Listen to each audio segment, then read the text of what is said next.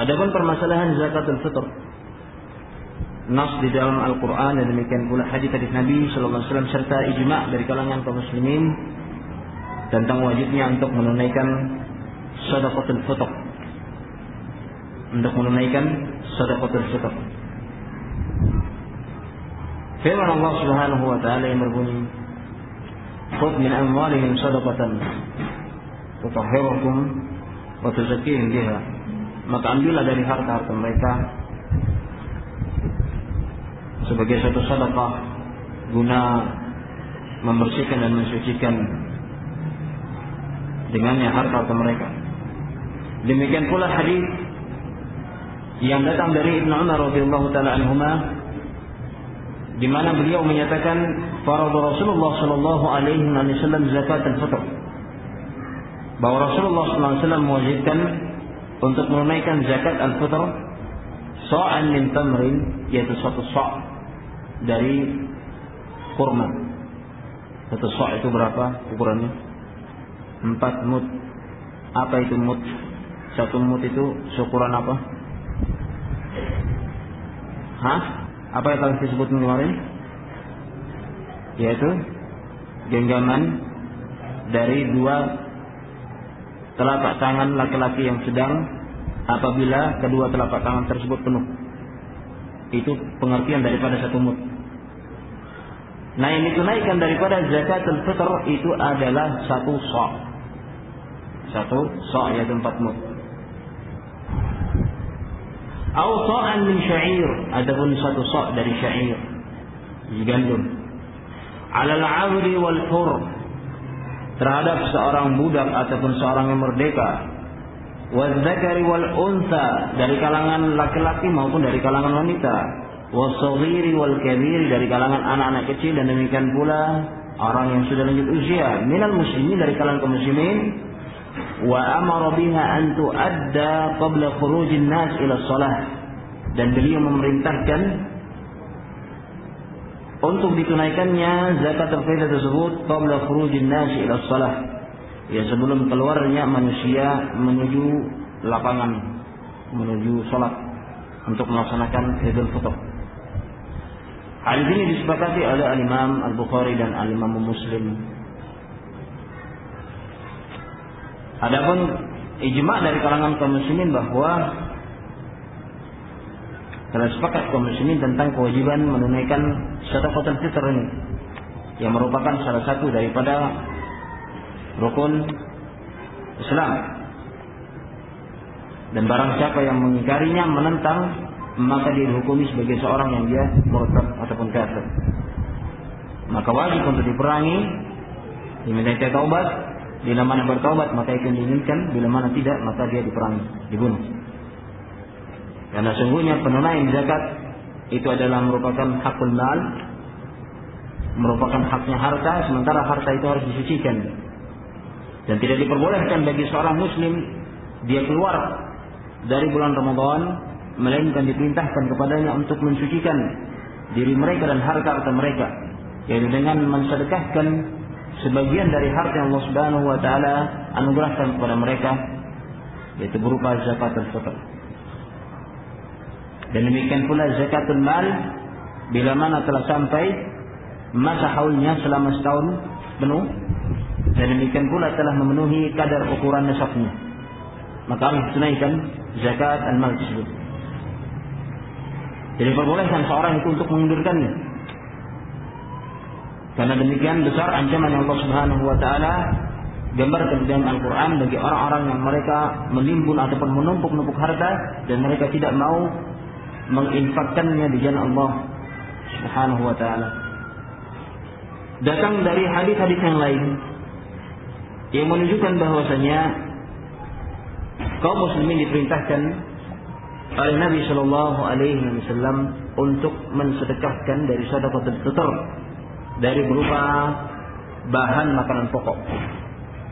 Sebagaimana datang dari hadis Abu Sa'id Al-Khudri radhiyallahu anhu qala, Abu Sa'id radhiyallahu ta'ala anhu menyatakan, kunna nu'tiha fi zaman Nabi sallallahu alaihi wasallam sa'an min ta'amin aw sa'an min tamarin aw sa'an min sya'irin aw sa'an min zabibin, muttafaqun alaih. Dulu kami menyalurkan zakatul fitr di zaman Nabi sallallahu alaihi wasallam adalah berupa 1 sa' dari makanan. Demikian pula 1 sa' dari tamr, atau 1 sa' dari syair, atau 1 sa' dari zabib, yaitu kismis, kurma yang telah dikeringkan. Dan di dalam riwayat yang lain disebutkan bahwa diperintahkan oleh Nabi sallallahu alaihi wasallam untuk juga menzakati makanan berupa al-aqd, yaitu berupa susu yang telah dikeringkan. Susu yang telah dikeringkan. Hah? Ada yang tahu? Hah? Iya, keju. Menjadi proses keju itu apa istilahnya? Tidak tahu. Kemudian pula datang dari hadis Ibnu Abbas radhiyallahu taala anhuma, dia menyatakan farada Rasulullah sallallahu alaihi wasallam zakat al-fitr tahratan lis-sha'im min al-laghwi wal-rafath wa ta'matan lil-masakin. Faman addaha qabla as-salati fa hiya zakatun maqbulah wa man addaha ba'da as-salati fa hiya sadaqatan min as-sadaqat. Rawahu Abu Dawud, Ibnu Majah wa sahahahu al-Hakim. Sanad hadis ini hasan. Dari Ibnu Abbas radhiyallahu anhu dia menyatakan bahwa Rasulullah SAW telah mewajibkan untuk menunaikan zakatul fitr sebagai pensuci bagi orang yang berpuasa minal laghwi war rafath, dari perbuatan yang sia-sia dan kotor, wa ta'matan lil masakin, dan demikian pula sebagai makanan bagi orang-orang yang miskin. Maka barang siapa yang dia menunaikan zakat al-fitr tersebut qabla salat, sebelum dilaksanakannya salat Idul Fitr, berarti telah masuk tanggal 1 Syawal. Dan ini hukumnya adalah afdal, lebih utama dilaksanakan. Adapun yang diperbolehkan itu adalah di malam Idul Fitr ataupun 1 hari ataupun 2 hari sebelumnya. Itu hukumnya jaiz, boleh. Namun apabila seorang menginginkan untuk mendapatkan yang afdal, lebih utama adalah menunaikannya pada tanggal 1 Syawal sebelum dilaksanakan salat Idul Fitr. Maka dikatakan fahiya zakatun maqbulah, maka itu adalah merupakan zakat yang diterima. Wa man addaha ba'da sholati, adapun yang menunaikannya setelah salat, fahiya sadaqatun minas sadaqat, maka dia teranggap sebagai satu sedekah dari sedekah-sedekah. Hadis ini diriwayatkan oleh Imam Abu Dawud, Ibnu Majah, dan disahihkan oleh Imam Hakim, dan derajat hadis ini hasan. Dalam permasalahan ini ada beberapa hal, kalau sempat kita sebutkan karena waktu sudah mencukupi, tentang masalah hukum sedekatul fitr. Telah kita sebutkan tadi bahwa hukum sedekahkan daripada sedekatul fitr itu hukumnya adalah wajib. Hukumnya adalah wajib berdasarkan daripada nas-nas yang telah disebutkan tadi dari hadis Rasulullah sallallahu alaihi wasallam. Dan ini adalah merupakan perkara yang seakan-akan sudah dianggap sebagai suatu ijma', kesepakatan dari kalangan ilmu. Namun tetap saja di sana ada perselisihan di kalangan para ulama, bahwa ada sebagian dari kalangan para ulama dan dianggap bahwa penunaian zakatul fitr itu hukumnya adalah sunnatun muakkadah, sifatnya yang sunnah muakkadah.